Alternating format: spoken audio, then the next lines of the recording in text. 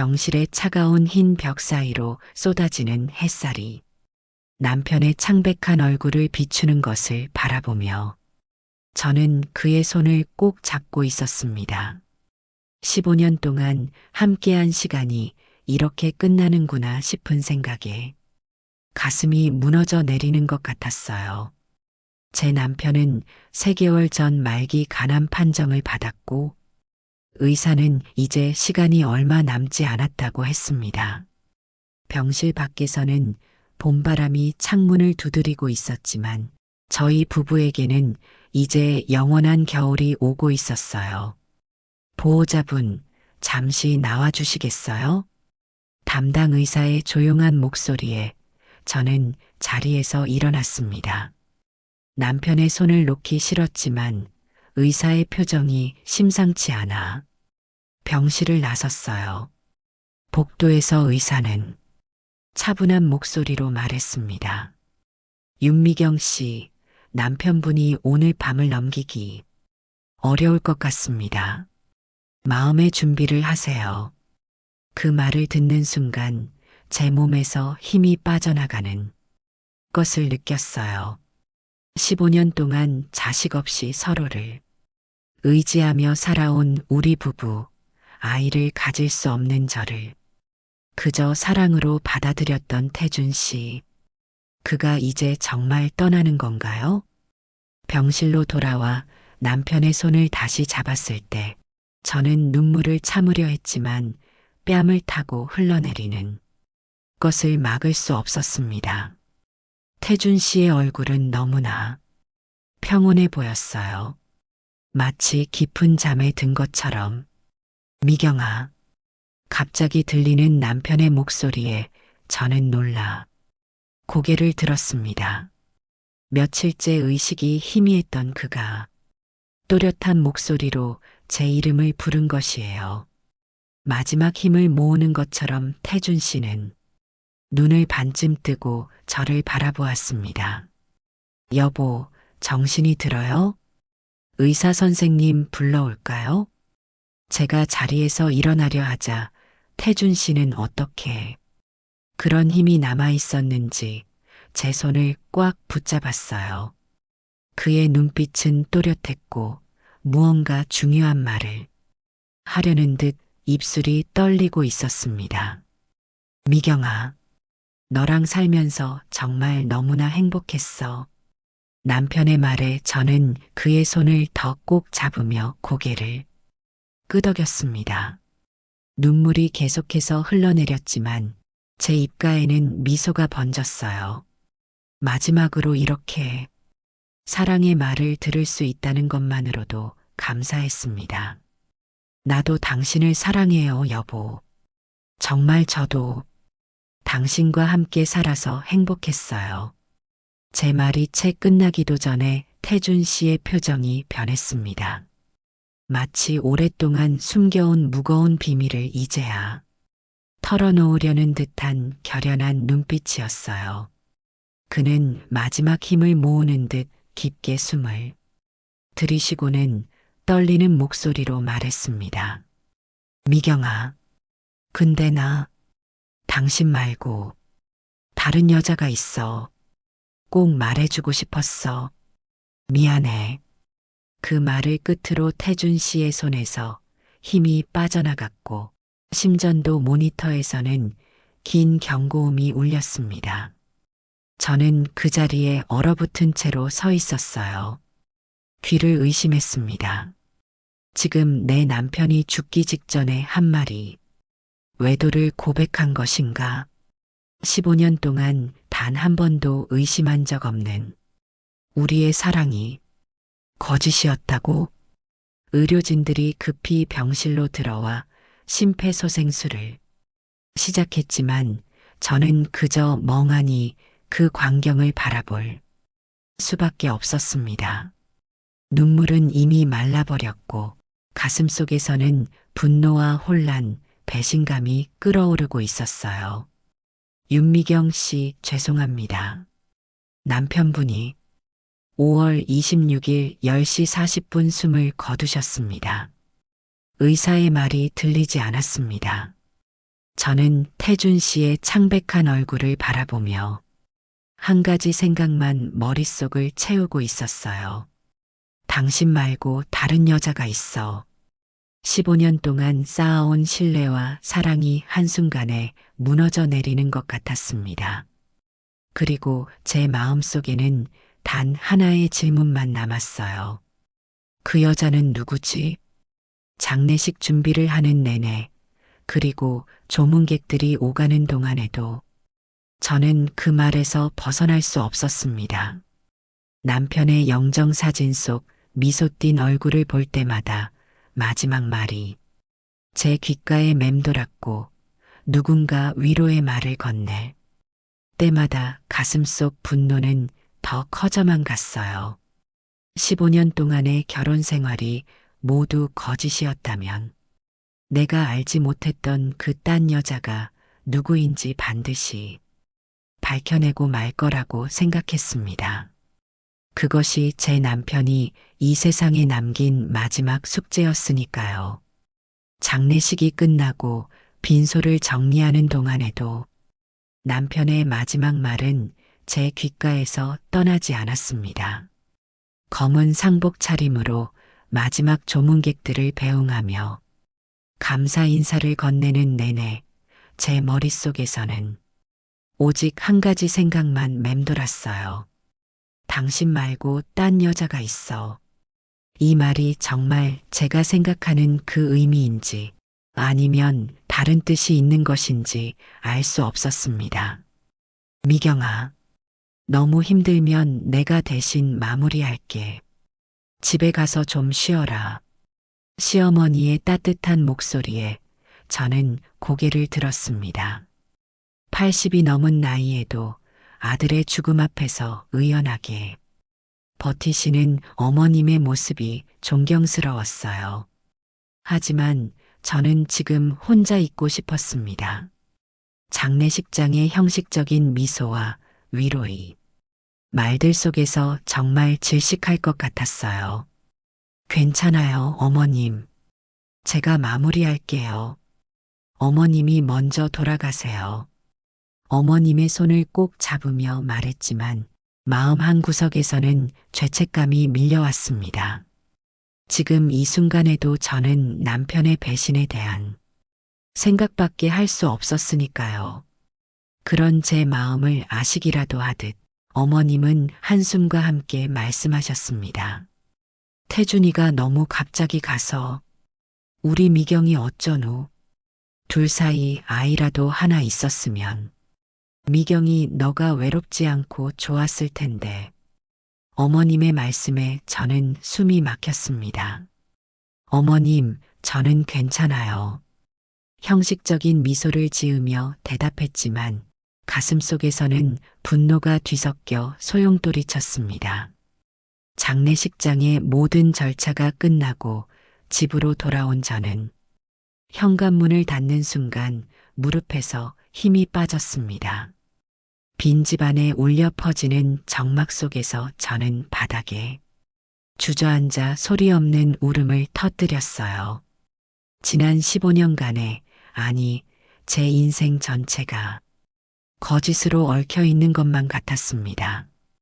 태준 씨, 당신이 말한 그 여자는 누구야? 나지막이 중얼거리며 눈물을 닦았습니다. 갑자기 머릿속에 한 가지 생각이 떠올랐어요. 남편의 물건들이 담긴 서재, 거기서 뭔가 단서를 찾을 수 있지 않을까? 지금까지는 감히 들어가 볼 생각도 하지 못했지만 이제는 달랐습니다. 저는 거실 소파에 던져둔 가방에서 서재 열쇠를 꺼내 들었어요. 남편의 서재는 언제나처럼 정돈되어 있었습니다.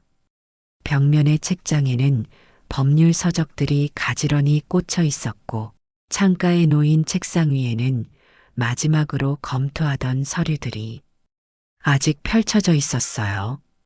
법무법인의 대표 변호사로서 항상 바쁘게 살았던 태준 씨, 그런 그가 언제 딴 여자를 만날 시간이 있었을까요? 먼저 책상 서랍부터 살펴보았습니다. 각종 서류와 메모, 명함들. 별다른 것은 보이지 않았어요. 컴퓨터를 켰지만 비밀번호가 걸려 있었습니다. 여러 번 시도해 보았지만 들어갈 수 없었어요. 남편의 휴대폰도 장례식 때 받았지만 역시 비밀번호를 몰랐습니다. 도대체 뭘 숨기고 있었던 거야, 당신은? 답답한 마음에 벽을 쳐다보며 한숨을 내쉬는 순간 눈에 들어온 것이 있었습니다. 책장 매니 선반, 평소에는 거의 신경 쓰지 않던 공간에 놓인 오래된 가죽 서류 가방이었어요. 의자 위에 올라서서 가방을 끌어내리자 의외로 무거웠습니다. 가방 자물쇠는 잠겨 있었지만 옆구리 부분이 약간 벌어져 있었어요. 뭐가 들었길래 이렇게 무거워? 조심스럽게 마치 금지된 영역을 침범하는 것 같은 죄책감과 함께 저는 가방 안을 들여다보았습니다. 그 안에는 노트북 한 대와 함께 서류 뭉치들이 가득했어요. 노트북을 꺼내 전원을 켰고 놀랍게도 비밀번호 없이 바로 화면이 켜졌습니다. 바탕화면에는 폴더가 하나 있었고 그 이름은 단순히 수아였습니다. 심장이 빠르게 뛰기 시작했어요. 수아, 네가 내 남편의 내였냐? 떨리는 손으로 폴더를 클릭하자 수십 개의 파일이 나타났습니다. 사진, 문서, 은행 내역서들. 첫 번째로 연 파일은 어떤 젊은 여성의 사진이었습니다. 20대 초반으로 보이는 단정한 모습의 여성이 병원 간호사 유니폼을 입고 있었어요. 그녀는 밝게 웃고 있었습니다. 다음 사진에서는 같은 여성이 태준 씨와 함께 있었어요. 카페로 보이는 곳에서 두 사람이 나란히 앉아 있는 모습이었습니다. 태준 씨의 얼굴에는 제가 본 적 없는 편안한 미소가 있었어요. 그래서 이 사람이 내 남편이 죽기 바로 직전 말했던 다른 여자인 거야? 목이 메었습니다. 사진 속 여성은 분명 젊고 아름다웠어요. 그녀가 누구인지, 남편과 어떤 관계였는지 더 알아봐야 했습니다. 다음으로 은행 내역서를 열어보니 매달 정기적으로 송금된 금액들이 기록되어 있었어요. 금액도 적지 않았습니다. 3년 동안 꾸준히 이수아라는 사람에게 돈을 보내고 있었던 거였어요. 어떻게 이럴 수가. 배신감에 눈물이 핑 돌았지만 더 알아내야 했습니다. 문서 파일들을 열어보니 수아의 개인 정보가 담겨 있었어요. S대학교 간호학과 졸업, 현재 서울 중앙병원 종양내과 근무. 그런데 놀랍게도 태준 씨가 입원했던 바로 그 병원이었습니다. 그곳에서 만났다는 건가요? 가방 안에 있던 서류들을 더 뒤적이다가 한 봉투를 발견했습니다. 그 안에는 인천 송도의 한 아파트 주소와 함께 열쇠가 들어 있었어요. 그리고 그 아래에는 작은 메모가 있었습니다. 수아에게 언제든 필요할 때 사용하렴. 마이너스 태준. 제 손이 떨렸습니다. 아파트까지 사줬다는 건가요? 이게 단순한 불륜이 아니라 오랜 기간 이어진 이중생활이었다면 저는 그동안 얼마나 우스운 존재였던 걸까요? 서재 구석에 앉아 저는 한참을 울었습니다. 15년의 결혼 생활이 한순간에 무너져 내리는 것 같았어요. 제 머릿속은 온통 의문들로 가득했습니다. 누구인지, 언제부터 시작되었는지, 왜 이런 일이 벌어졌는지, 그리고 가장 중요한 질문은 이제 저는 어떻게 해야 하는가였습니다. 문득 송도 아파트 주소가 적힌 메모를 다시 보았습니다. 그곳에 가면 모든 답을 찾을 수 있을까요? 아니면 더 큰 상처만 받게 될까요? 망설임 끝에 저는 결심했습니다. 진실이 무엇이든 알아야만 했어요. 내일 그 아파트를 찾아가 직접 확인해 보기로 했습니다. 창밖으로 어둠이 깊어가는 것을 바라보며 저는 제 가슴 속에도 똑같이 짙은 어둠이 내려앉는 것을 느꼈습니다. 남편이 남긴 비밀, 그것이 제 인생을 어떻게 뒤바꿔 놓을지 그때는 알 수 없었어요. 단지 한 가지, 그 딴 여자가 누구인지 반드시 밝혀내고 말겠다는 결심뿐이었습니다. 이른 아침부터 저는 서울에서 인천으로 향하는 지하철에 몸을 실었습니다. 가방 안에는 어제 발견한 열쇠와 주소가 적힌 메모, 그리고 몰래 촬영할 작은 카메라를 넣어두었어요. 창밖으로 스쳐 지나가는 풍경을 바라보며 머릿속에서는 계속해서 같은 장면이 반복되었습니다. 남편과 젊은 여성이 함께 찍은 사진, 정기적인 송금 내역, 그리고 아파트 열쇠. 이 모든 것이 가리키는 건 하나였죠. 남편은 저 몰래 이중 생활을 하고 있었다는 것. 송도 국제도시역입니다. 내리실 문은 오른쪽입니다. 기계적인 안내방송에 저는 깊은 생각에서 깨어났습니다. 역에서 내려 주소를 확인하며 걷다 보니 곧 고급 아파트 단지가 눈에 들어왔어요. 32층짜리 타워 형태의 건물들이 늘어서 있었고 정문에는 보안 요원이 서 있었습니다. 어떻게 들어가지? 잠시 망설이는 순간 한 남자가 카드키를 찍고 들어가는 모습이 보였어요. 저는 재빨리 그 뒤를 따라 들어갔습니다. 손님, 잠시만요. 보안 요원의 부름에 가슴이 철렁 내려앉았지만 태어난 척 돌아섰어요. 네, 무슨 일이신가요? 방문자 확인 좀 해야 하는데. 어디 가세요? 침착하게 대응해야 했습니다. 머릿속으로 빠르게 변명을 생각했어요. 아, 저는 1203호에 사는 친척이에요. 수아가 집에 있는지 확인하러 왔어요. 전화를 안 받아서요. 보안 요원은 저를 의심스럽게 쳐다보았습니다. 심장이 미친 듯이 뛰었어요. 성함이 어떻게 되시죠? 윤미경입니다. 수아 이모예요. 보안 요원은 잠시 생각하더니 메모지에 뭔가를 적었습니다. 알겠습니다. 다음부터는 방문객. 등록 먼저 하고 올라가세요. 안도의 한숨을 내쉬며 엘리베이터로 향했습니다. 12층 버튼을 누르는 제 손이 떨렸어요. 정말 이렇게 하는 게 맞는 걸까? 하지만 이미 돌아갈 수는 없었습니다. 진실을 알아야만 했어요. 1203호 앞에 서자 귀를 기울여 보았습니다.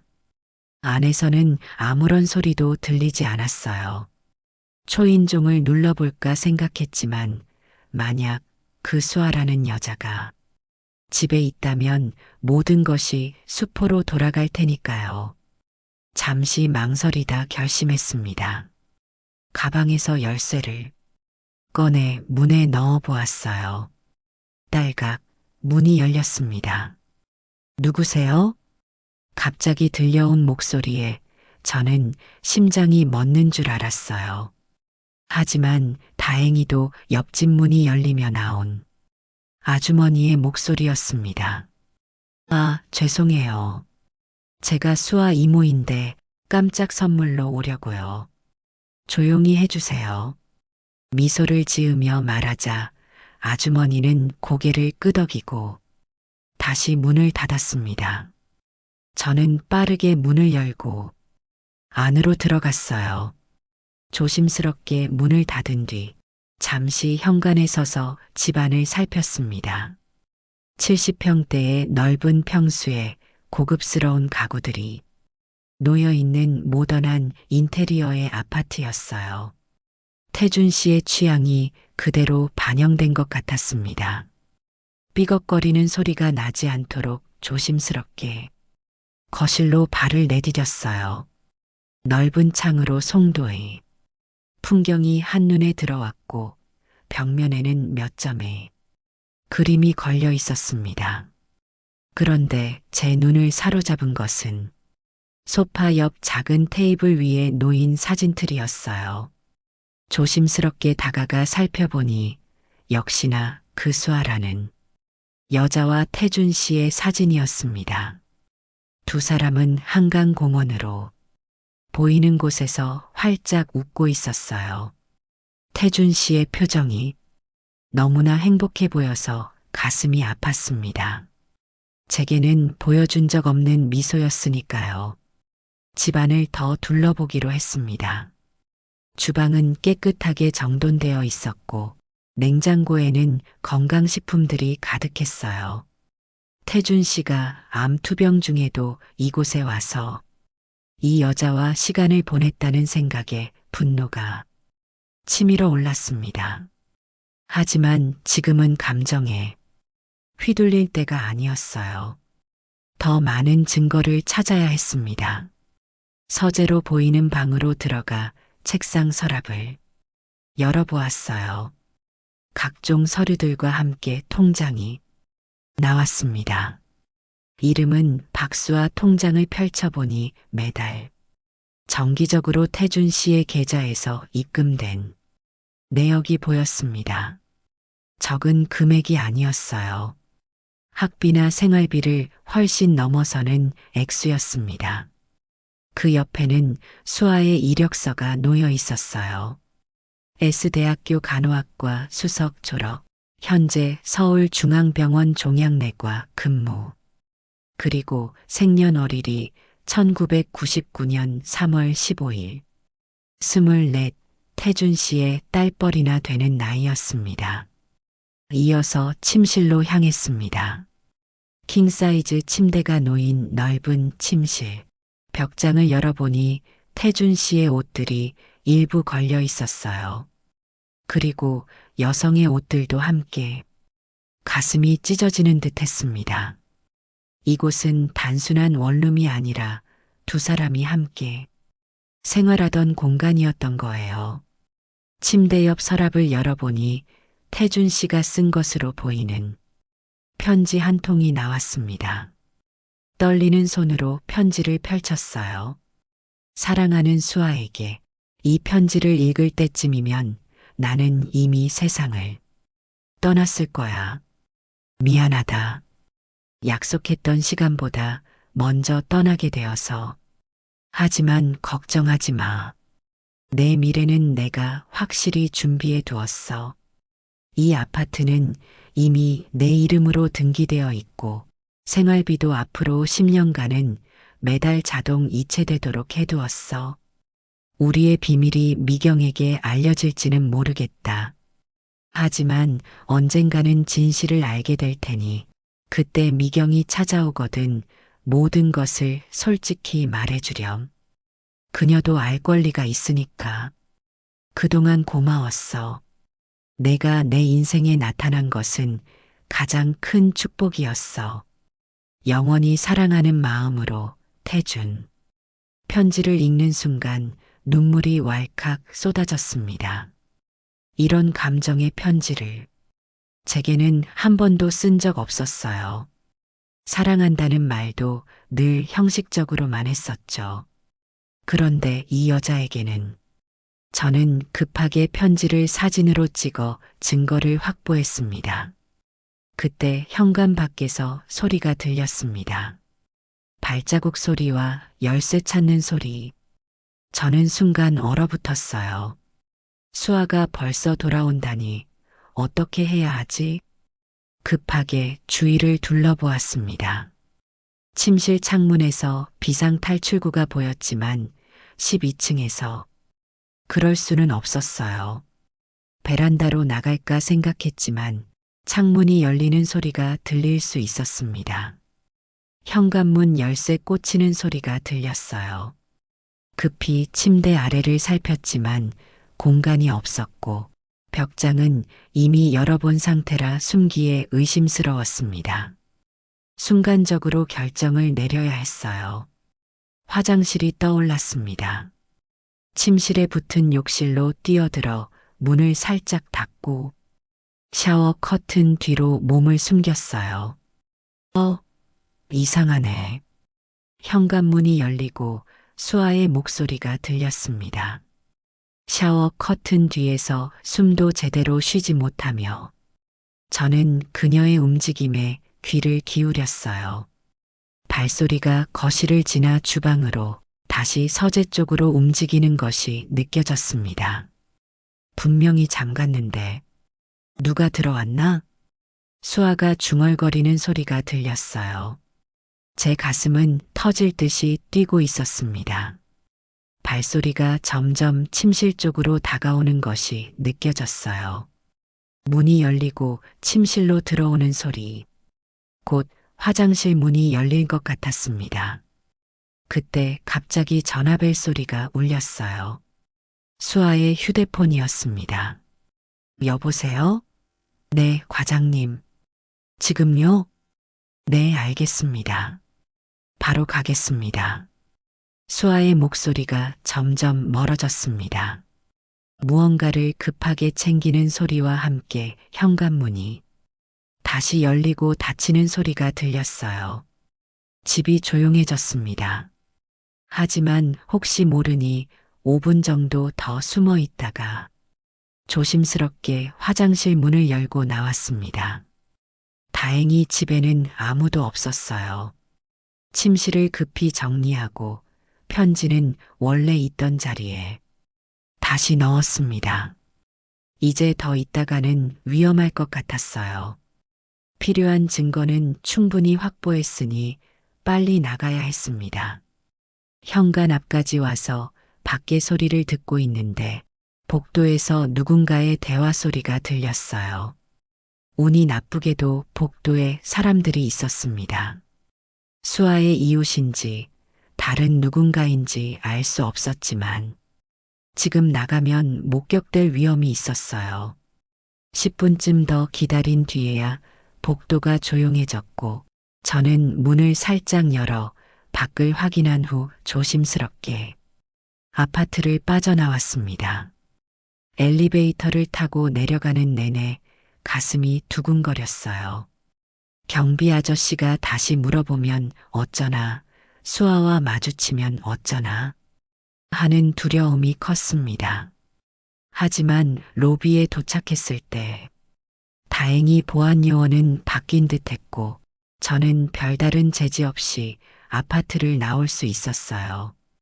지하철역으로 향하는 길에 생각이 복잡했습니다. 수아의 집에서 본 것들, 그리고 그 편지. 태준 씨와 수아의 관계는 단순한 불륜이 아닌 것 같았어요. 뭔가 더 깊고 복잡한 관계가 있었던 것 같았습니다. 그리고 우리의 비밀이라는 건 대체 무엇일까요? 진실이 무엇이든 저는 반드시 밝혀내기로 결심했습니다. 집으로 돌아가는 지하철 안에서 휴대폰으로 오늘 찍은 사진들을 하나씩 다시 살펴보았어요. 이제 다음 단계로 수아에 대해 더 알아봐야 했습니다. 그녀가 일하는 병원, 그리고 남편과의 접점. 모든 것을 파헤쳐 이 여자의 정체를 밝혀낼 것입니다. 다음 날 아침, 저는 서울중앙병원으로 향했습니다.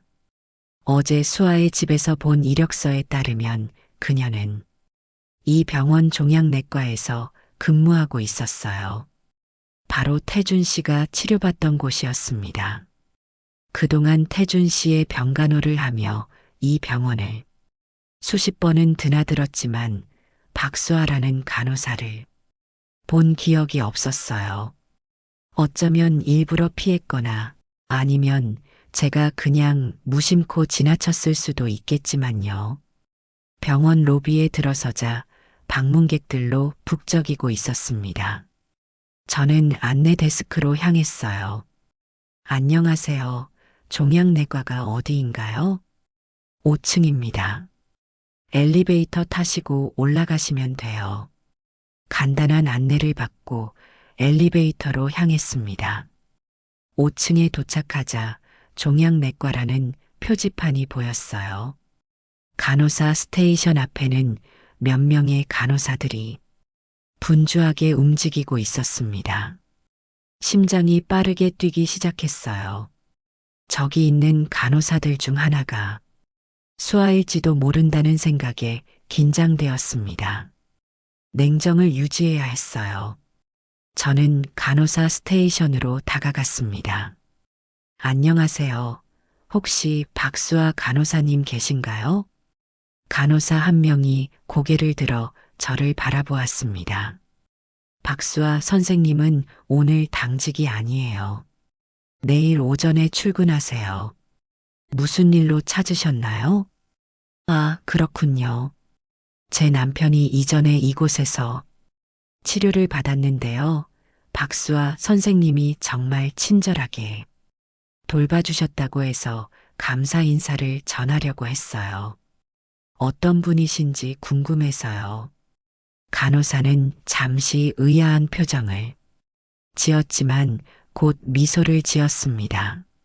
수아 선생님은 우리 병동에서 가장 환자 케어를 잘하는 간호사 중 한 명이에요. 특히 말기암 환자분들을 정말 가족처럼 돌보시죠. 환자분들이 정말 좋아하세요. 내일 오전에 오시면 만나실 수 있을 거예요. 그렇군요. 감사합니다.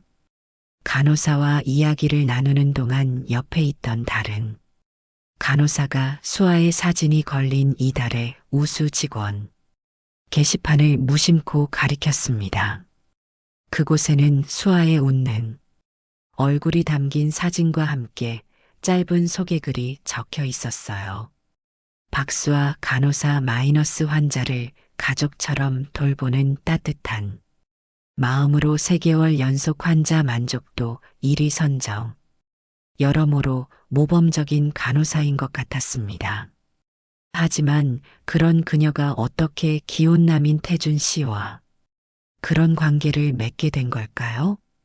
편지에 적힌 우리의 비밀은 도대체 무엇일까요?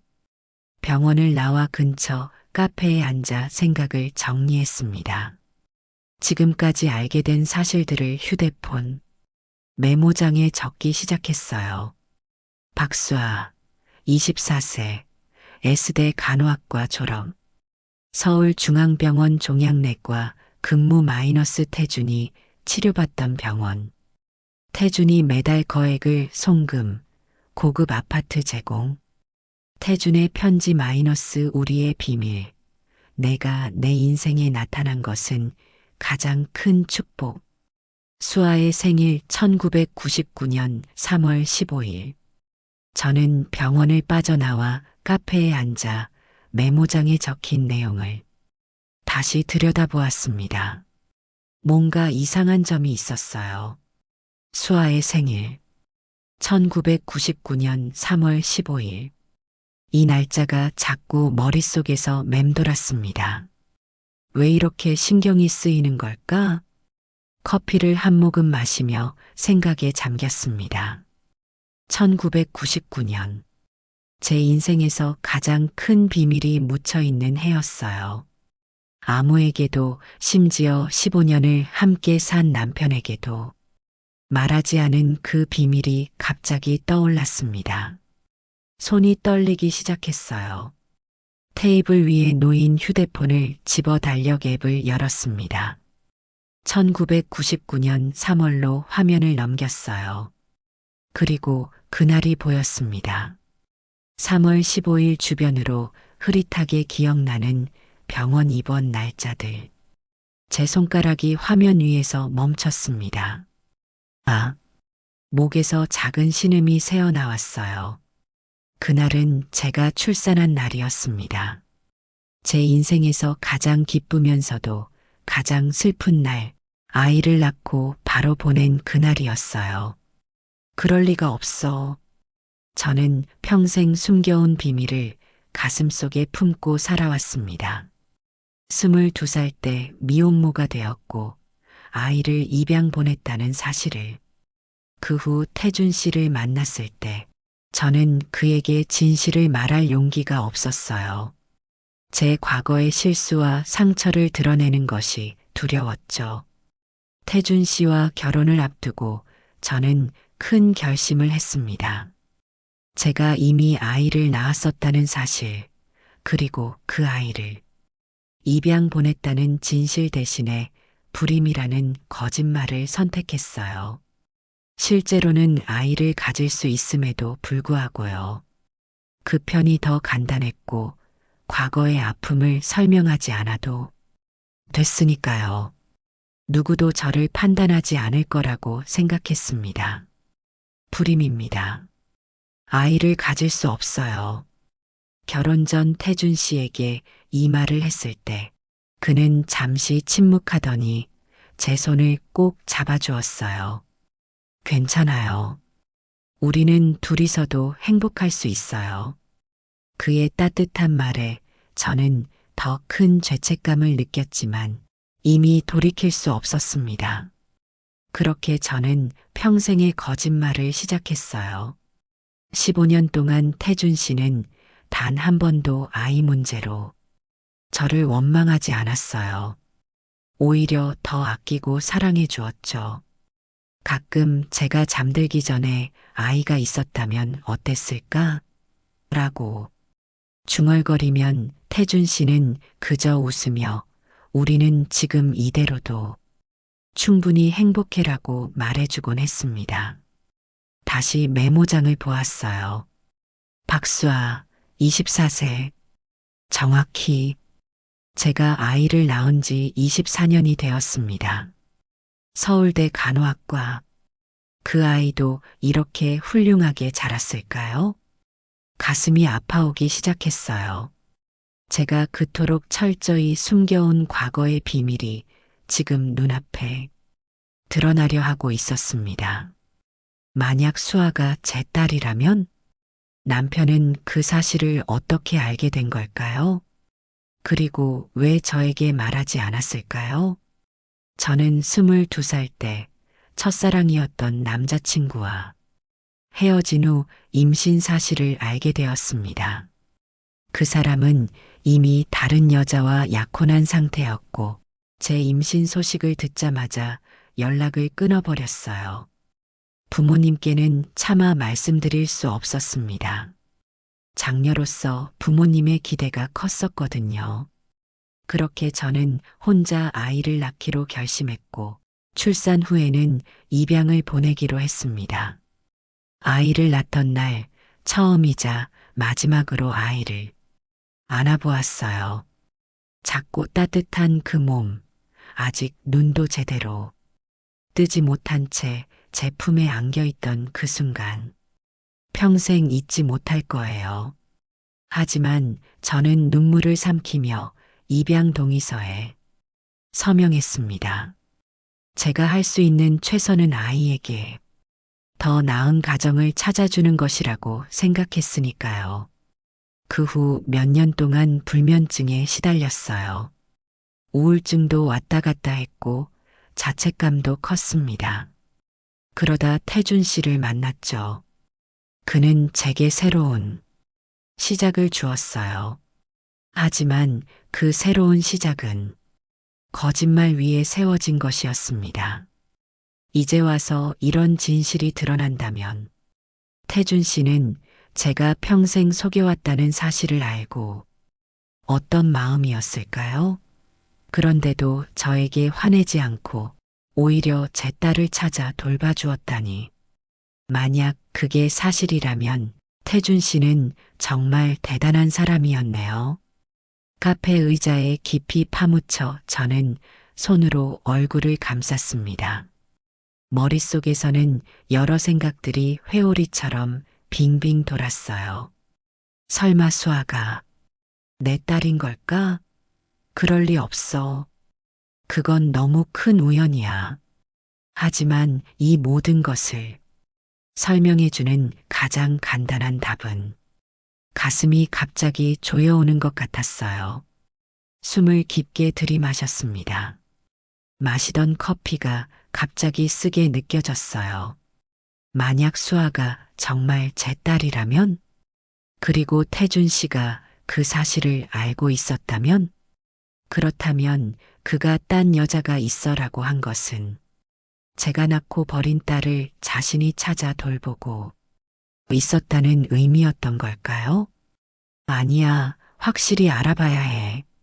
저는 결심했습니다. 가방을 집어들고 카페를 나섰어요. 택시를 잡아 타고 주소를 말했습니다. 성북동 하늘 입양원으로 가주세요. 20년 전 제가 아이를 보냈던 그곳이었습니다.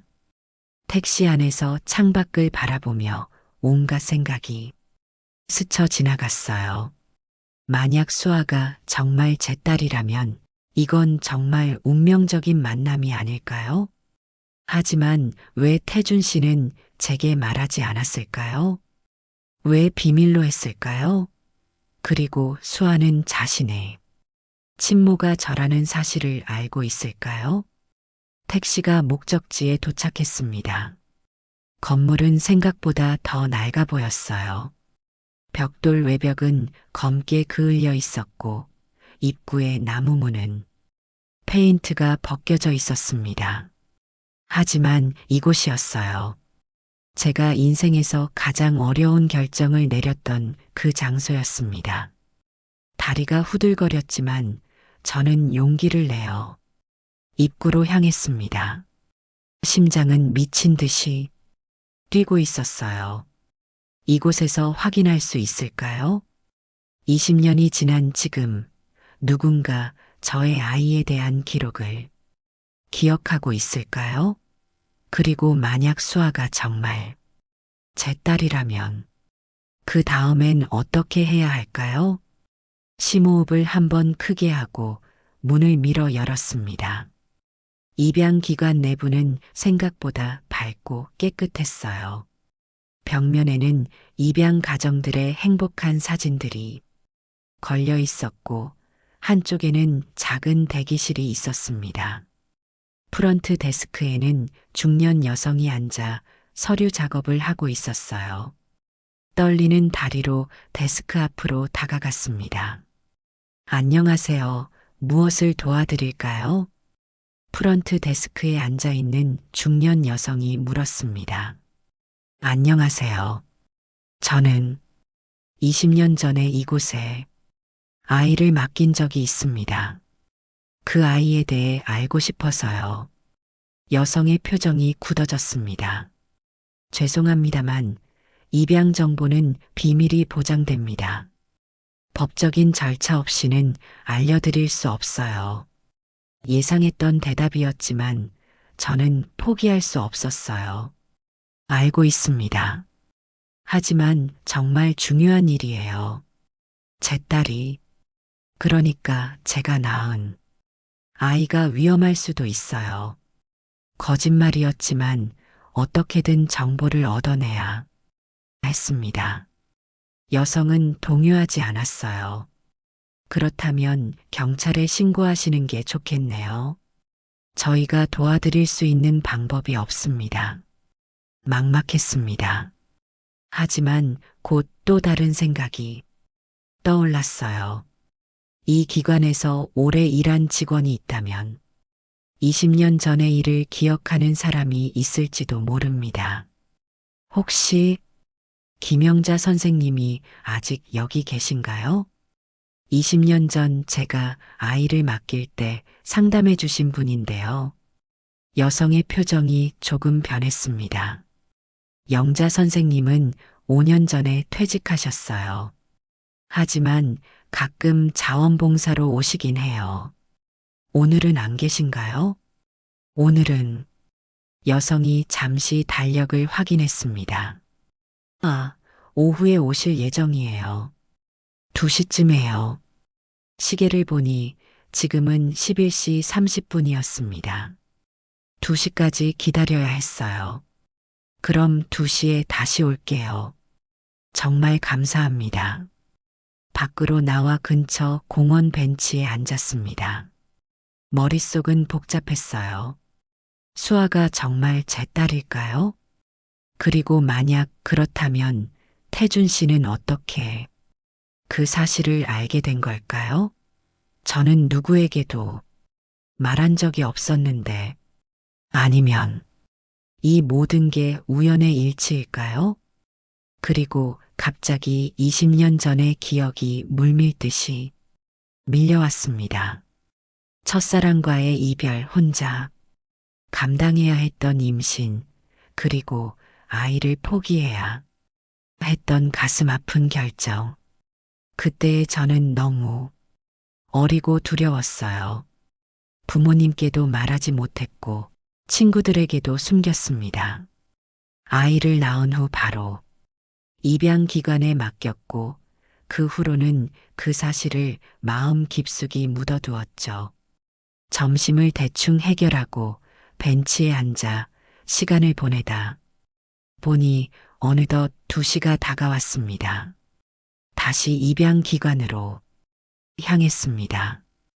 프런트 데스크에 다시 갔을 때 나이 지긋한 여성이 앉아 있었어요.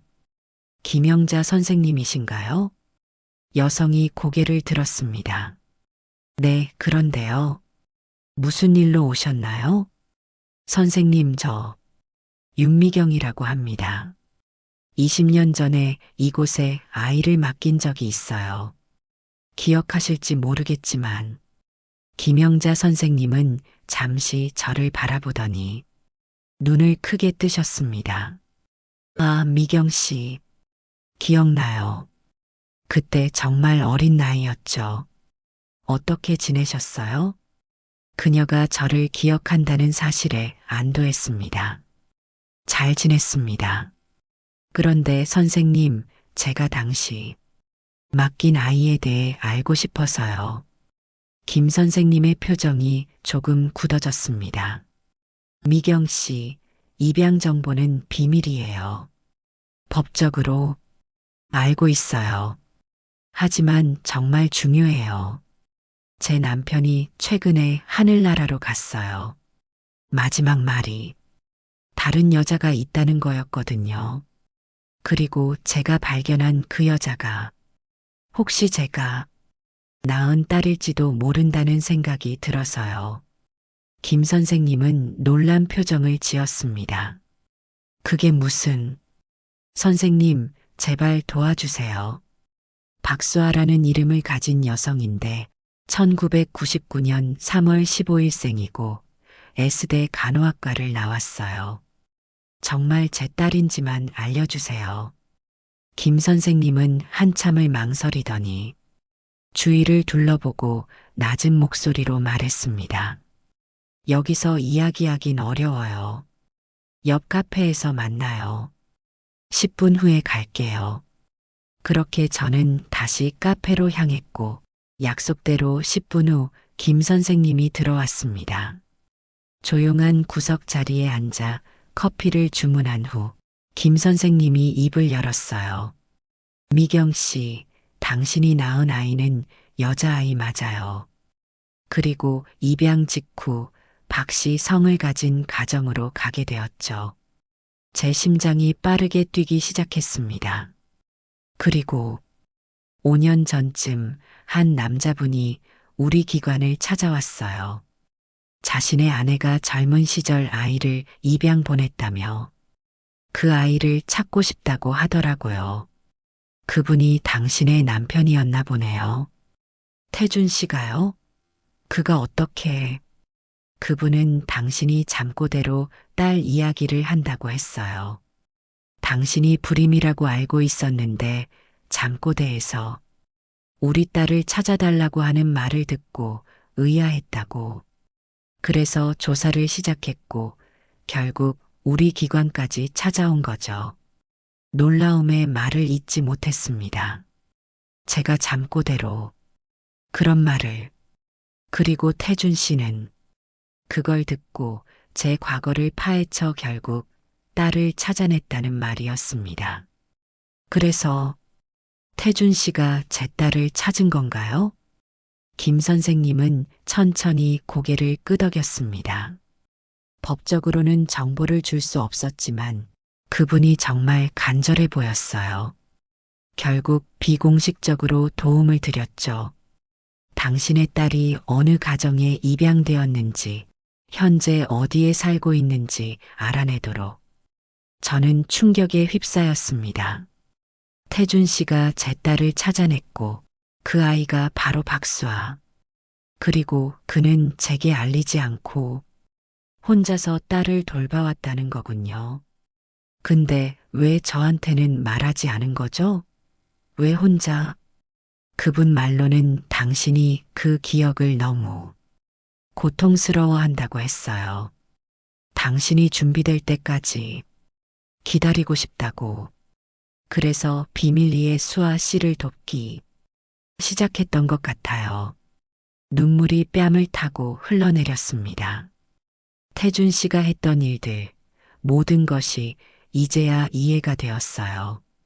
그가 암 진단을 받고도 왜 그렇게 자주 출장을 갔는지, 왜 계좌에서 큰 금액이 빠져나갔는지, 그리고 왜 마지막 순간에 딴 여자가 있다고 말했는지. 그럼 수아는 자신이 입양하라는 사실을 알고 있나요? 그리고 제가 생모라는 것도 알고 있을까요? 김 선생님은 어깨를 으쓱했습니다. 그건 저도 모르겠어요. 태준 씨가 수아 씨에게 무슨 말을 했는지는. 하지만 미경 씨, 중요한 건 이제 당신이 어떻게 할 것인가 하는 거예요. 직접 만나볼 생각인가요? 그 질문에 가슴이 떨렸습니다. 제 딸을 만난다는 생각은 기쁨과 두려움이 뒤섞인 감정을 불러일으켰어요. 그동안 꿈에서도 그리던 순간이지만 한편으로는 수아가 저를 어떻게 생각할지 두려웠습니다. 아이를 버린 엄마, 평생 거짓말을 한 여자, 만나야겠죠. 하지만 어떻게 다가가야 할지 모르겠어요. 수아가 저를 원망하지는 않을까요? 김 선생님은 따뜻한 미소를 지었습니다. 미경 씨, 당신은 그때 최선의 선택을 했어요. 어린 나이에 혼자서 아이를 키울 수 없었잖아요. 수아 씨가 이해할지 용서할지는 모르겠지만 적어도 진실을 알 권리는 있어요. 저는 고개를 끄덕였습니다. 김 선생님 말이 맞았어요. 이제는 모든 진실을 마주할 때였습니다. 감사합니다, 선생님. 정말 감사해요. 카페를 나오며 저는 결심했습니다. 내일 병원에 가서 수아를 만날 거예요. 그리고 모든 진실을 말할 겁니다. 태준 씨가 남긴 마지막 메시지의 의미, 그리고 제가 20년 동안 가슴에 묻어둔 비밀까지. 이제는 모든 것을 드러낼 시간이었습니다. 집으로 돌아오는 길, 머릿속에는 혼란스러운 생각들이 가득했습니다. 태준 씨의 마지막 말, 당신 말고 딴 여자가 있어. 이제 그 말의 의미를 알 것 같았어요. 그는 죽기 전에 저에게 딸의 존재를 알리고 싶었던 거예요. 직접적으로 말하기보다는 제가 직접 찾아내길 바랐던 것 같았습니다. 아파트에 도착해 현관문을 열고 들어서는 순간 문득 이런 생각이 들었어요. 남편은 제 거짓말을 알고도 저를 원망하지 않았습니다. 오히려 제가 버린 아이를 찾아 돌봐주었어요. 그리고 마지막 순간에 그 사실을 알려주려 했던 거예요. 태준 씨의 마음이 얼마나 넓고 따뜻했는지 새삼 깨달았습니다. 내일은 병원에 가서 수아를 만나야겠다. 그리고 모든 진실을 밝혀내야 한다. 20년 동안 숨겨온 비밀, 그리고 남편이 마지막까지 지키려 했던 그 비밀. 이제는 모든 것이 드러날 시간이었습니다. 밤새 잠을 설쳤습니다. 머릿속에서는 내일 있을 수아와의 만남에 대한 상상이 끊임없이 이어졌어요. 어떻게 그녀에게 다가가야 할까? 무슨 말부터 해야 할까? 안녕, 나는 너의 엄마야라고. 갑자기 말할 수는 없잖아요. 그리고 만약 수아가 이미 알고 있다면? 태준 씨가 그녀에게 모든 것을 말해 주었을까요? 새벽 4시, 더 이상 잠들 수 없어 일어났습니다. 창가에 서서 어둠 속의 도시를 바라보았어요. 20년 전, 이 도시 어딘가에서 제 아이가 태어났고, 저는 그 아이를 낳자마자 보냈습니다. 그리고 이제 그 아이는 어엿한 성인이 되어 제 곁으로 돌아왔네요. 운명이란 참 묘한 것 같았어요. 아침이 되자 서둘러 준비를 시작했습니다. 오늘은 특별한 날이니까요. 평소보다 더 신경 써서 옷을 골랐고 화장도 조금 더 신경 썼어요. 거울 앞에 서서 제 모습을 살펴보았습니다. 수아는 저를 닮았을까요? 태준 씨가 보여준 사진에서는 잘 알 수 없었어요. 서울중앙병원으로 향하는 지하철. 안에서 저는 계속해서 말을 어떻게 꺼내야 할지 생각했습니다. 직접적으로 바로 밝혀야 할까요?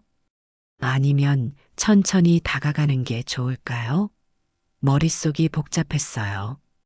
병원에 도착했을 때는 오전 9시였습니다. 5층 종양내과로 향했습니다. 엘리베이터 문이 열리자 긴장감이 밀려왔어요. 이제 곧 20년 만에 제 딸을 만날 순간이 다가오고 있었습니다. 간호사 스테이션에 다가가자 몇 명의 간호사들이 분주히 움직이고 있었어요. 그 중에 한 명이 눈에 띄었습니다. 어제 봤던 이달의 우수 직원.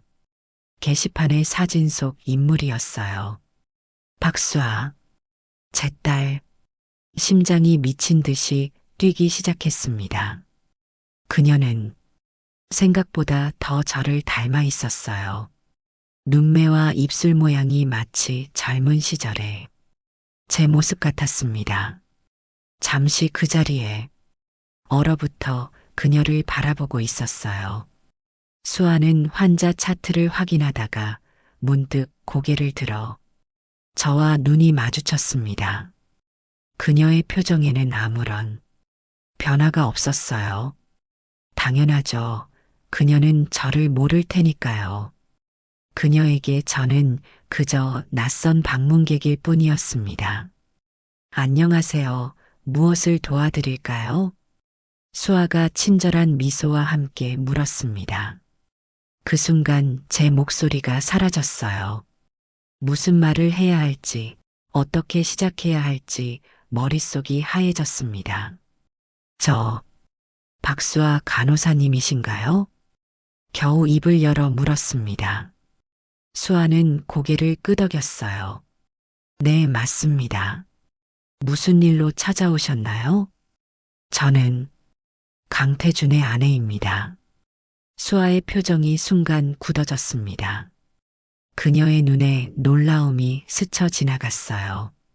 하지만 그녀의 반응이 어떤 의미인지는 알 수 없었습니다. 강 선생님의 아내분이시군요. 만나 뵙게 되어 반갑습니다. 그녀는 전문적인 표정을 유지하려 애쓰는 것처럼 보였어요. 하지만 그녀의 목소리에 약간의 떨림이 느껴졌습니다. 혹시 잠시 이야기 나눌 수 있을까요? 개인적인 얘기가 있어서요. 수아는 잠시 주변을 둘러보더니 고개를 끄덕였습니다. 지금은 좀 바쁜데 점심시간에 만날 수 있을까요? 12시에 병원 뒤편 카페에서요. 네, 좋아요. 그때 뵙겠습니다. 수아는 가볍게 고개를 숙이고 다시 업무로 돌아갔습니다. 저는 멍하니 서 있다가 천천히 발걸음을 돌렸어요. 결국 만났습니다. 제 딸을 20년 만에 시간을 때우기 위해 병원 근처 공원에서 산책을 했습니다. 머릿속에서는 온갖 생각이 뒤엉켜 있었어요. 수아는 태준 씨를 알고 있었고, 그것도 단순한 환자 마이너스 간호사, 관계 이상으로 보였습니다.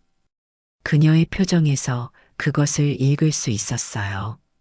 하지만 그녀가 저에 대해서도 알고 있을까요? 자신이 입양아라는 사실은, 그리고 저가 그녀의 생모라는 사실은 12시가 다가오자 약속한 카페로 향했습니다. 이미 수아가 구석 자리에 앉아 있었어요. 간호사 유니폼이 아닌 평상복 차림이었습니다. 그녀 앞에는 아이스 아메리카노 한 잔이 놓여 있었어요. 안녕하세요. 앉으세요. 수아가 제게 말했습니다. 저는 조용히 그녀 맞은편에 앉았어요. 잠시 어색한 침묵이 흘렀습니다.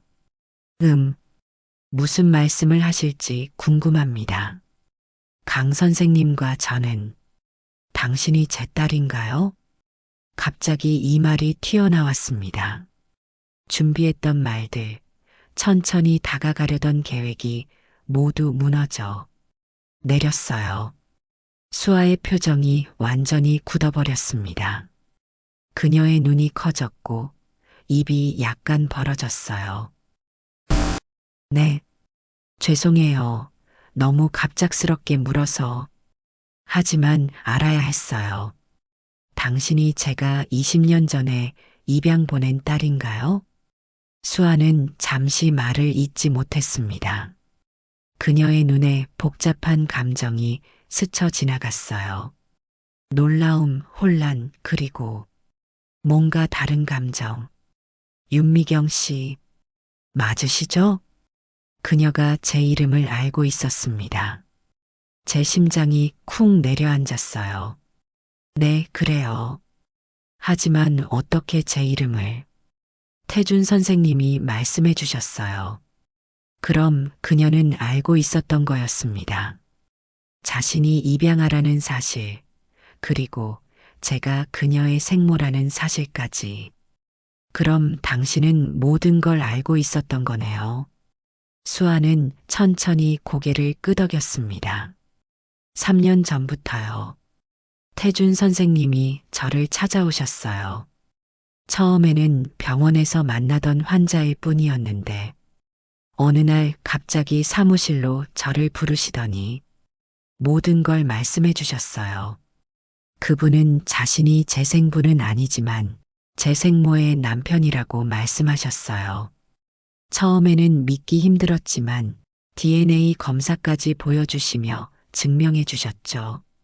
수아의 목소리는 담담했지만 그녀의 손은 테이블 위에서 약간 떨리고 있었어요.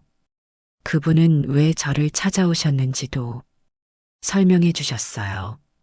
당신이, 그러니까 제 생모가 불면증으로 고생하시는데 자다가 우리 딸을 찾아달라고 중얼거리셨대요. 처음에는 무슨 말인지 이해 못 하셨대요. 당신이 불임이라고 생각하셨으니까요. 제 눈에서 눈물이 흘러내렸습니다. 잠꼬대로 그런 말을 했었다니. 아마 깊은 무의식 속에서 항상 그녀를 그리워했던 거겠죠. 그래서 그분은 저를 찾아야겠다고 생각했다고 해요. 처음에는 당신의 과거를, 그 다음에는 입양기관을, 그렇게 저를 찾아내셨대요. 하지만 당신에게는 알리지 않으셨어요. 당신이 그 기억을 너무 아파한다고 생각하셨대요. 이제 모든 것이 명확해졌어요. 태준 씨가 왜 그렇게 했는지, 왜 비밀로 했는지. 그런데 왜 당신에게 말해 주었을까요? 나한테는 말하지 않고. 수아는 잠시 생각에 잠기더니 말했습니다. 태준 선생님은 처음부터 계획이 있으셨어요. 당신이 준비되었을 때 모든 진실을 알게 해주고 싶으셨대요. 하지만 암 진단을 받으시고 나서 계획이 바뀌었죠. 시간이 많지 않다는 걸 아셨으니까요. 그래서 마지막 말로 딴 여자가 있다고. 네. 그 말을 들으면 당신이 반드시 조사할 거라고 생각하셨겠죠. 그리고 그 과정에서 저를 찾게 될 거라고요. 잠시 침묵이 흘렀습니다. 카페의 소음 속에서 우리 둘은 서로를 바라보고 있었어요. 20년 동안 떨어져 있던 모녀가 마주 앉아 있는 기묘한 상황이었습니다. 미안해요. 제 입에서 작은 목소리로 말이 나왔습니다. 당신을 그렇게 보내서 미안해요. 수아의 표정이 조금 누그러졌어요. 보낸 게 아니라 더 나은 삶을 주기 위해 보내신 거잖아요. 태준 선생님이 그렇게 말씀해 주셨어요. 당신은 22살의 어린 나이에 혼자서 아이를 키울 수 없었다고. 그래서 저를 더 나은 가정에 보내기로 결정하셨다고요. 태준 씨는 어떻게 이런 상황에서도 저를 나쁘게 말하지 않을 수 있었을까요? 수아는 한참을 말없이 저를 바라보았습니다. 그녀의 눈에는 복잡한 감정이 담겨 있었어요. 마침내 그녀가 입을 열었습니다. 제가 당신을 엄마라고 불러도 될까요? 그 말에 제 심장이 멎는 것 같았습니다. 20년 동안 한 번도 듣지 못했던 그 말, 엄마. 제 온몸이 떨리기 시작했고 참았던 눈물이 폭포수처럼 쏟아져 내렸어요. 숨조차 제대로 쉬지 못한 채 흐느끼기 시작했습니다. 그래, 그래도 돼, 물론이지. 말을 잇지 못하고 저는 얼굴을 두 손으로 가렸습니다. 수아는 자리에서 일어나 제 옆으로 와서 앉았어요. 그리고 조심스럽게 제 어깨에 손을 얹었습니다. 괜찮아요. 울어도 돼요, 엄마. 그 말을 다시 듣는 순간 저는 완전히 무너져 내렸습니다. 수아의 품에 안겨 어린아이처럼 엉엉 울었어요. 20년 동안 가슴 깊이 묻어두었던 모든 후회와 그리움, 죄책감이 한꺼번에 터져 나왔습니다. 미안해. 정말 미안해. 내가 그때 내 곁에 있어주지 못해서, 엄마가 되어주지 못해서, 제 목소리는 울음에 젖어 갈라졌습니다. 수아는 제 등을 천천히 쓰다듬으며 말했어요. 엄마가 잘못한 거 아니에요. 엄마도 그때 너무 어렸잖아요. 혼자서 어떻게 저를 키울 수 있었겠어요. 그 따뜻한 위로의 말에 더욱 슬픔이 차올랐습니다. 제가 위로받을 자격이 있을까요? 이 아이를 보낸 사람이 바로 저인데. 하지만 난 태준 씨에게조차 거짓말을 했어. 15년 동안이나. 그런데도 그 사람은 끝까지 날 원망하지 않고 너를 찾아서. 수아는 제 얼굴을 부드럽게 들어올려 눈을 마주쳤습니다. 그녀의 눈에도 눈물이 가득했어요. 태준 선생님은 엄마를 정말 사랑하셨어요. 그분이 저에게 늘 하시던 말씀이 있어요. 내 엄마는 세상에서 가장 강인하고 아름다운 여자야. 언젠가 너희가 만나면 넌 그걸 알게 될 거야. 그 말을 듣자 가슴이 찢어지는 듯 했습니다. 제가 그를 평생 속였는데도 그는 오히려 저를 그렇게까지 생각해 주었다니. 저는 태준 선생님을 통해 엄마에 대한 이야기를 많이 들었어요. 엄마가 얼마나 따뜻하고 사랑이 많은 사람인지, 그리고 엄마가 저를 얼마나 사랑했는지도요. 태준이 그렇게 말했어?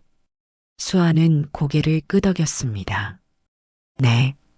그분은 내 엄마는 너를 결코 버린 게 아니야. 단지 더 나은 삶을 주기 위해 가장 큰 희생을 한 거야라고 항상 말씀하셨어요.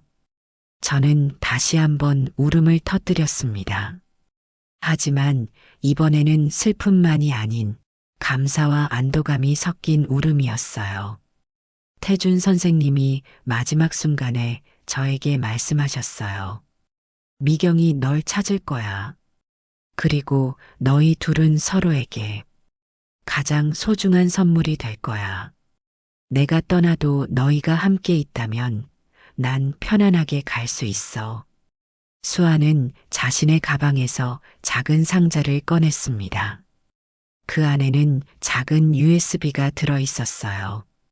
이건 태준 선생님이 돌아가시기 전날 저에게 주신 거예요. 내 엄마가 날 찾으면 함께 바라고 하셨어요. 저는 떨리는 손으로 USB를 받아들었습니다. 태준의 마지막 메시지. 그날 저녁 수아는 제 집으로 왔습니다. 서재에 있는 컴퓨터에 USB를 연결했어요. 화면에 태준 씨의 모습이 나타났습니다. 병원 침대에 누워있는 그의 모습이었어요. 창백한 얼굴이었지만 눈빛만은 여전히 따뜻했습니다. 미경아, 이 영상을 보고 있다면 넌 이미 수아를 만났겠구나. 그의 목소리를 다시 듣는 순간 가슴이 찢어지는 듯 했어요. 수아와 저는 나란히 앉아 화면을 바라보며 손을 꼭 잡았습니다. 먼저, 내가 너에게 거짓말을 해서 미안해. 다른 여자가 있다는 말은 내가 수아를 찾을 수 있게 하기 위한 마지막 수단이었어. 하지만 그건 거짓말이면서도 진실이기도 했지. 내 마음속에는 정말 딴 여자가 있었으니까. 바로 우리의 딸 수아. 태준 씨는 잠시 숨을 고르더니 계속 말을 이어갔습니다. 5년 전 난 내가 잠꼬대로 우리 딸을 찾아달라고 하는 걸 들었어. 처음에는 이해할 수 없었지. 넌 불임이라고 했으니까. 하지만 그 후로도 너는 계속 잠결의 딸 이야기를 했고 나는 의문이 생겼어. 그래서 조사를 시작했지. 화면 속 태준 씨의 눈에 눈물이 맺혔습니다. 너의 과거를 파헤치는 것 같아서 미안했어. 하지만 난 내가 그토록 아파하는 이유를 알고 싶었어. 결국 진실을 알게 되었지. 내가 젊은 시절 아이를 낳아 입양 보냈다는 것을. 처음에는 화가 났어. 왜 나에게 말하지 않았는지. 하지만 곧 이해하게 되었어. 넌 그 아픔을 너무 깊이 묻어버렸던 거야. 그는 잠시 기침을 하더니 계속 말을 이어갔습니다. 난 우리 딸을 찾기로 결심했어. 내가 준비될 때까지 기다리고 싶었지만 입양 기관의 도움으로 결국 수아를 찾아냈어. 그리고 우연히도 그 아이는 내가 치료받던 병원의 간호사였어. 태준 씨의 얼굴에 미소가 번졌습니다. 수아를 만났을 때 난 내 모습을 보는 것 같았어. 그 아이는 너처럼 따뜻하고 너처럼 강인했지. 난 그 아이에게 진실을 말했어. 처음에는 믿지 않았지만 DNA 검사로 확인한 후에는 우리는 조금씩 가까워졌어. 저는 수아의 손을 더 꼭 잡았습니다. 그녀도 제 손을 꼭 쥐었어요. 미경아, 난 너에게 말하고 싶었어. 하지만 내가 그 상처를 다시 마주할 준비가 되었는지 확신할 수 없었어. 그리고 솔직히 나는 두려웠어. 내가 화낼까봐, 날 떠날까봐. 태준 씨의 눈에서 눈물이 흘러내렸습니다. 하지만 내가 암 진단을 받았을 때 모든 것이 달라졌어. 시간이 얼마 남지 않았다는 걸 알았지. 그래서 계획을 세웠어. 내가 떠난 후에 너희 둘이 서로를 찾을 수 있도록. 그래서 마지막 말로 딴 여자가 있다고 한 거야. 내가 반드시 그 딴 여자를 찾으려 할 것을 알았으니까. 저는 화면을 보며 흐느꼈습니다. 태준 씨의 깊은 사랑과 헌신을 이제야 온전히 이해할 수 있었어요. 미경아, 수아야. 내가 없는 세상에서도 너희는 이제 서로가 있어. 가족이 되어줘. 서로를 용서하고 사랑하고 아껴줘. 그게 내가 너희에게 바라는 마지막 소원이야. 태준 씨는 마지막으로 카메라를 향해 미소 지었습니다. 난 행복했어. 15년 동안 내 곁에서 살 수 있어서. 그리고 마지막 3년은 수아도 내 삶의 일부가 되어줘서. 두 사람 모두를 사랑해. 영원히. 화면이 검게 변했습니다. 저와 수아는 오랫동안 말없이 서로를 부둥켜 안고 울었어요. 슬픔과 기쁨, 상실과 발견이 뒤섞인 복잡한 감정이었습니다. 엄마, 수아가 흐느끼며 불렀습니다. 이제 우리는 어떻게 해야 할까요? 저는 그녀의 얼굴을 양손으로 감싸 안았습니다. 함께 살자. 태준 씨가 바랐던 대로. 우리는 이제 가족이야. 20년 동안 잃어버린 시간을 이제부터 하나씩 채워나가자. 수아는 고개를 끄덕이며 미소 지었습니다. 그녀의 눈에는 여전히 눈물이 고여 있었지만 이제는 희망의 빛도 함께 담겨 있었어요. 1년 후 저와 수아는 태준 씨의 묘소를 찾았습니다. 날씨는 맑았고 따스한 봄 햇살이 묘지에 내리쬐고 있었어요. 저희는 나란히 무릎을 꿇고 꽃다발을 올렸습니다. 여보, 우리 왔어요. 제가 먼저 말을 건넸습니다. 당신이 말한 딴 여자가 우리 딸이었구나. 고마워요. 내가 버린 아이를 당신이 찾아서 지켜주었네요. 수아는 묘비에 손을 얹으며 말했습니다. 태준 아버지, 저 이제 중앙병원 종양내과 책임 간호사가 되었어요. 아버지가 계셨던 병동이죠. 매일 아버지를 생각하며 환자들을 돌보고 있어요. 그리고 저는 제가 이어 말했습니다. 입양인과 미혼모를 돕는 단체에서 활동하기 시작했어요. 혼자서 아이를 낳고 키우기 어려운 여성들에게 도움을 주고 있죠. 제가 20년 전에 받지 못했던 그 도움을요. 바람이 살랑 불어 묘지의 나무들이 흔들렸습니다. 마치 태준 씨가 저희에게 미소 짓는 것 같았어요. 아버지, 정말 고마워요. 아버지가 아니었다면 저와 엄마는 서로를 찾지 못했을 거예요. 여보, 우리는 이제 잘 지내고 있어요. 당신이 바라던 대로요. 수아는 이제 제 삶의 전부가 되었어요. 당신이 떠난 빈자리를 채울 수는 없지만 우리는 서로에게 의지하며 살고 있어요. 묘소를 떠나기 전 저희는 함께 깊이 고개를 숙였습니다. 태준 씨에 대한 감사와 사랑의 마음을 담아서요. 집으로 돌아가는 차 안에서 수아가 제게 물었습니다. 엄마, 괜찮아요? 저는 미소 지으며 그녀의 손을 잡았습니다. 응, 괜찮아.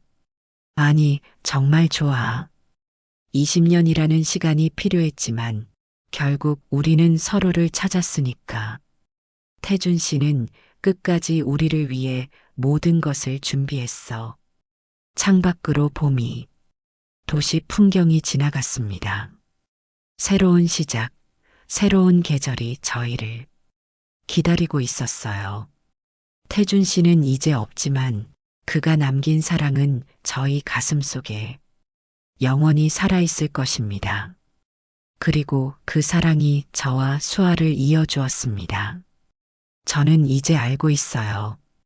진정한 사랑은 결코 사라지지 않는다는 것을, 단지 모습을 바꿀 뿐이라는 것을, 어쩌면 인생의 가장 큰 슬픔 속에서 가장 큰 기쁨이 피어날 수 있다는 것을 태준 씨는 끝까지 저희에게 보여주었습니다.